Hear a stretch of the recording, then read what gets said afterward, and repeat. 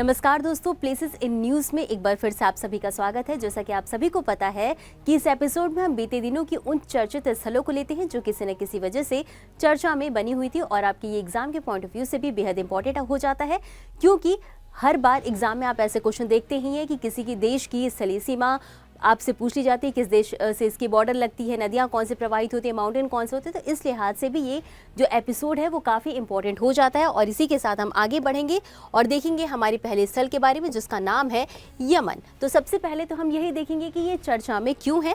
तो यमन में यूएई समर्थित अलगाववादी गुटों ने एक स्वतंत्र राज्य की स्थापना की दिशा में 2 वर्ष की संक्रमणकालीन प्रक्रिया की घोषणा की है। तो ये रहा आपका वेनेजुएला का मैप और इसे हम डिटेल में समझेंगे। तो सबसे पहले हम जानेंगे राजधानी और सबसे बड़े शहर के बारे में, जो कि है सना। आप जब यहाँ पे यमन का मैप देखेंगे तो ये रहा आपका सना, जो कि इसका सबसे बड़ा शहर भी है और इसकी राजधानी भी है। अब सरकार की बात करें तो यहाँ पर यूनिटरी प्रोविजनल रिपब्लिक सरकार है। और स्थिति की बात कर लेते हैं तो जब आप वर्ल्ड मैप में देखेंगे तो ये आपका दक्षिणी अरब में स्थित है, यानी कि यहाँ पर आपकी स्थिति है दक्षिणी अरब में आपका यमन स्थित है। अब स्थलीय सीमाएं की बात कर लेते हैं तो जब आप यहाँ पर देखेंगे तो ये रहा आपका सऊदी अरब उत्तर में, तो ये रहा सऊदी अरब उत्तर में और ओमान जो है इसके उत्तर पूर्व में आता है। तो जब आप मैप में देखेंगे तो ये रहा आपका ओमान, जो कि उत्तर पूर्व में आता है। और इसी के साथ समुद्री सीमाओं की भी बात कर लेते हैं तो इसके पश्चिम में लाल सागर आता है। तो जब आप मैप देखेंगे तो आप इसमें देखेंगे कि ये रेड सी ये रहा, जो कि इसके पश्चिम में आता है।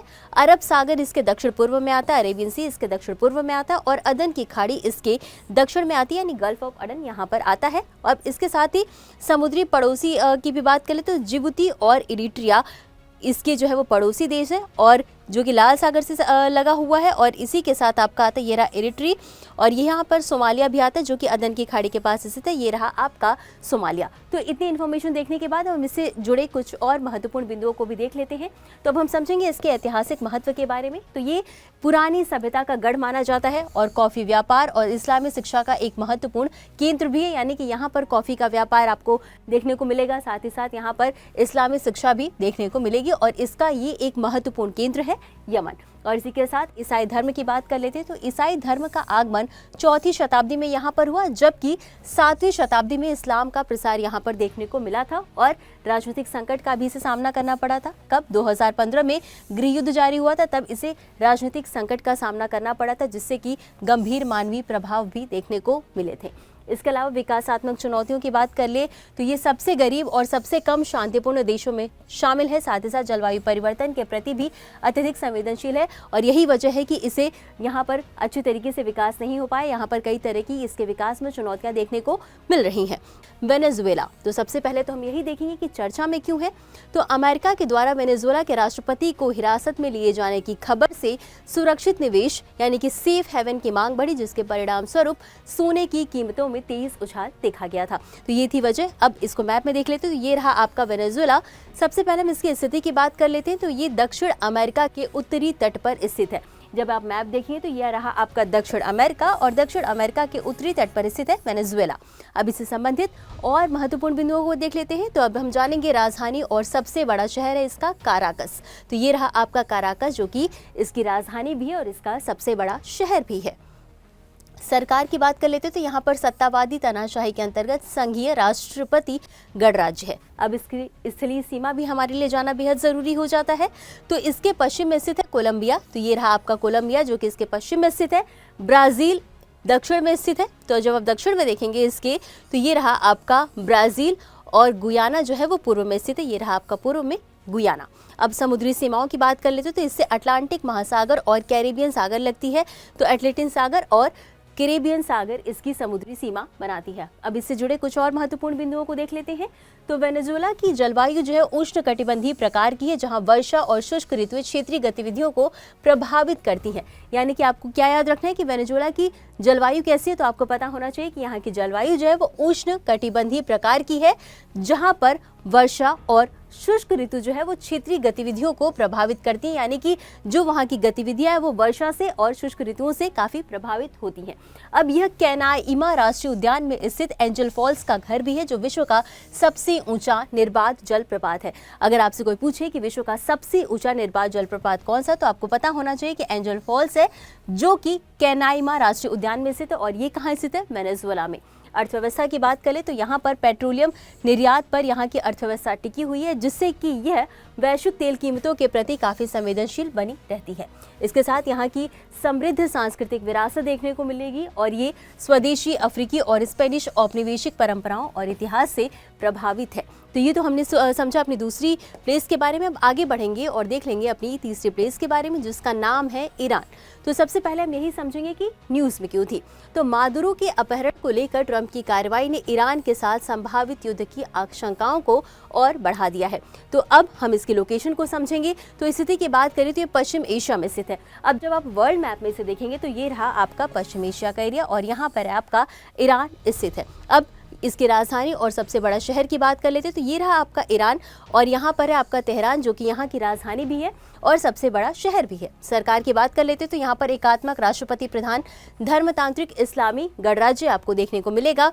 सीमाओं की बात कर लेते हैं तो ये रहा आपका इराक, ये रहा आपका तुर्की, यहाँ पर है आपका अजरबैजान, यहाँ पर है आर्मेनिया, यहाँ पर है आपका कैस्पियन सागर, इसके बाद आता है तुर्कमेनिस्तान, इसके बाद आता है अफगानिस्तान और इसके बाद आता है पाकिस्तान और यहाँ पर आता है गल्फ ऑफ ओमान यानी ओमान की खाड़ी और यहाँ पर आता है फारस की खाड़ी। तो ये थी इसकी सभी इम्पॉर्टेंट जो देश हैं, जो राज्य हैं, जो खाड़ियाँ हैं, वो कौन कौन सी लग रही हैं, ये हमने डिस्कस किया। अब इससे जुड़े कुछ और बिंदुओं को देख लेते हैं।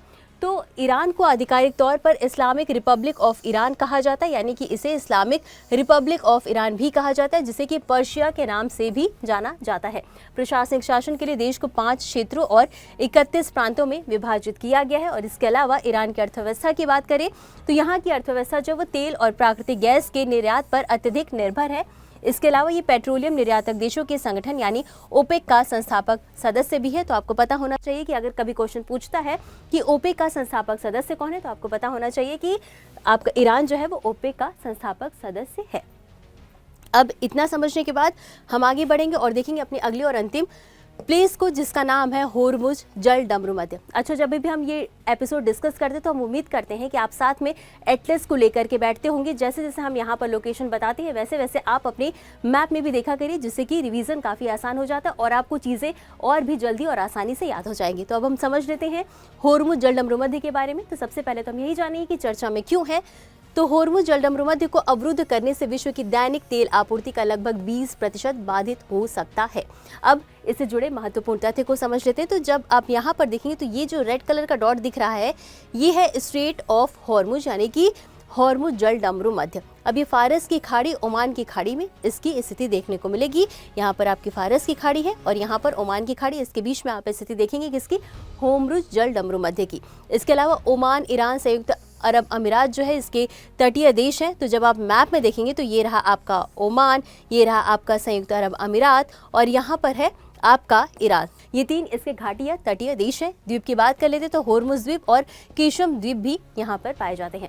अब इसके अलावा इससे जुड़े कुछ और बिंदुओं को समझ लेते हैं। तो होर्मुज जल डमरू मध्य जो फारस की खाड़ी को ओमान की खाड़ी से जोड़ता है, जैसा कि हमने देखा कि यहाँ पर आपका पर्सन गल्फ है और यहाँ पर गल्फ ऑफ ओमान है। तो ये दोनों जो है स्टेट ऑफ होर्मुज को जोड़ती हैं। तो यही हमने डिस्कस करा कि होर्मुज जल डमरू मध्य जो फारस की खाड़ी को ओमान की खाड़ी से जोड़ता है, ये आपका स्टेट ऑफ होर्मुज। और इसी के साथ यह वैश्विक तेल व्यापार के लिए दुनिया के सबसे महत्वपूर्ण समुद्री चोक पॉइंट्स में से एक है और ये ईरान, ओमान, संयुक्त अरब अमीरात और सऊदी अरब से सटा हुआ है, जैसा कि अभी हमने मैप में देखा। और आपको बता दें कि विश्व की लगभग 20% तेल जो है वो इस जल डमरू मध्य से होकर गुजरता है, जिससे कि यह वैश्विक ऊर्जा सुरक्षा के लिए अत्यंत महत्वपूर्ण हो जाता है। तो ये था आज का हमारा पूरा डिस्कशन का टॉपिक। तो मिलते हैं अगले एपिसोड में इसी तरह कुछ अहम और ज़रूरी प्लेसेस के साथ। तब तक के लिए धन्यवाद।